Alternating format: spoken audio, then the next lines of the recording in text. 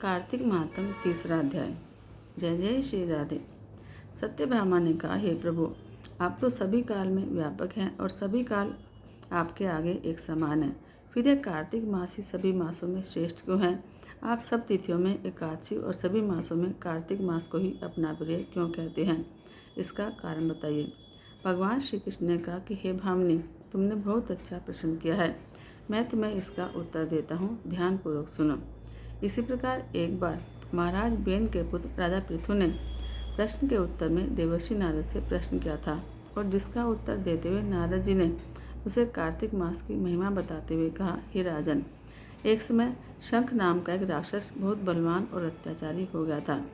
उसके अत्याचारों से तीनों लोकों में त्राही त्राही मच गई। उस शंखासुर ने स्वर्ग में निवास करने वाले देवताओं पर विजय प्राप्त कर इंद्रादि देवताओं और लोकपालों के अधिकारों को छीन लिया। उससे भयभीत होकर सभी देवता अपने परिवार के सदस्यों के साथ सुमेरु पर्वत की गुफाओं में बहुत दिनों तक छिपे रहे। फिर वे निश्चिंत होकर सुमेरु पर्वत की गुफाओं में ही रहने लगे। उधर शंखासुर को इस बात का पता चला कि देवता आनंदपूर्वक सुमेरु पर्वत की गुफाओं में निवास कर रहे हैं, तो उसने सोचा कि ऐसी कोई दिव्य शक्ति अवश्य है जिसके प्रभाव से अधिकारहीन यह देवता अभी भी बलवान हैं। सोचते सोचते वह इस निर्णय पर पहुंचा कि वेद मंत्रों के बल के कारण ही देवता बलवान हो रहे हैं। यदि उनसे वेद छीन लिए जाएं तो वे बलहीन हो जाएंगे। ऐसा विचार कर शंखासुर ब्रह्मा जी के सत्यलोक से शीघ्र ही वेदों को हर लाया। उसके द्वारा ले जाए जाते हुए भय से उसके चंगुल से निकल भागे और जल में समा गए। अब शंखासुर ने वेद मंत्रों और बीज मंत्रों को ढूंढते हुए सागर में प्रवेश किया, लेकिन न तो उसको वेद मंत्र मिले और न ही बीज मंत्र। जब शंखासुर सागर से निराश होकर वापस लौटा तो उसमें ब्रह्मा जी पूजा की सामग्री लेकर सभी देवताओं के साथ भगवान विष्णु की शरण में पहुँचे और भगवान को गहरी निद्रा से जगाने के लिए गाने बजाने लगे और धूप गंध आदि से बारंबार उनका पूजन करने लगे।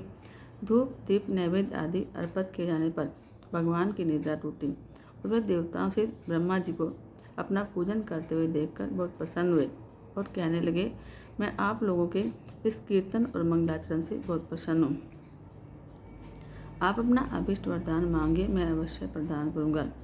जो मनुष्य आश्विन शुक्ल के एकादशी से देवोत्थान एकादशी तक ब्रह्म मुहूर्त में उठकर मेरी पूजा करेंगे, उन्हें तुम्हारी ही भांति मेरे प्रसन्न होने के कारण सुख की प्राप्ति होगी। आप लोग जो पाद्य अर्घ्य आचमन जल आदि सामग्री मेरे लिए लाए हैं, वे अनंत गुणों वाली होकर आपका कल्याण करेंगी। शंखासुर द्वारा हरे गए संपूर्ण वेद जल में स्थित हैं। मैं सागर पुत्र शंखासुर का वध करके उन वेदों को अभी ला देता हूँ। आज से मंत्र बीज और वेद से मैं प्रतिवर्ष कार्तिक मास में जल में विश्राम किया करूँगा। अब मैं मत्स्य का रूप धारण करके जल में जाता हूँ।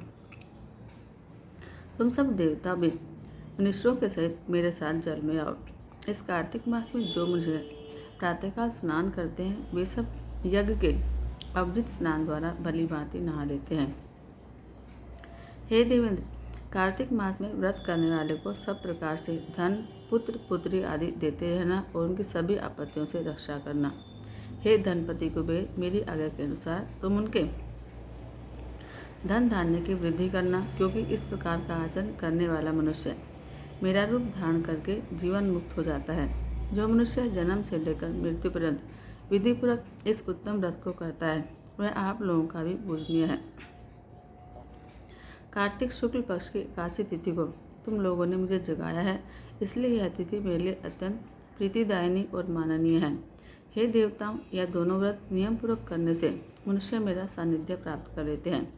इन व्रतों को करने से जो फल मिलता है वह अन्य किसी व्रत से नहीं मिलता। अतः प्रत्येक मनुष्य को सुखी और निरोग रहने के लिए कार्तिक महात्म्य और एकादशी की कथा सुनते हुए उपयुक्त नियमों का पालन करना चाहिए। जय श्री कृष्ण।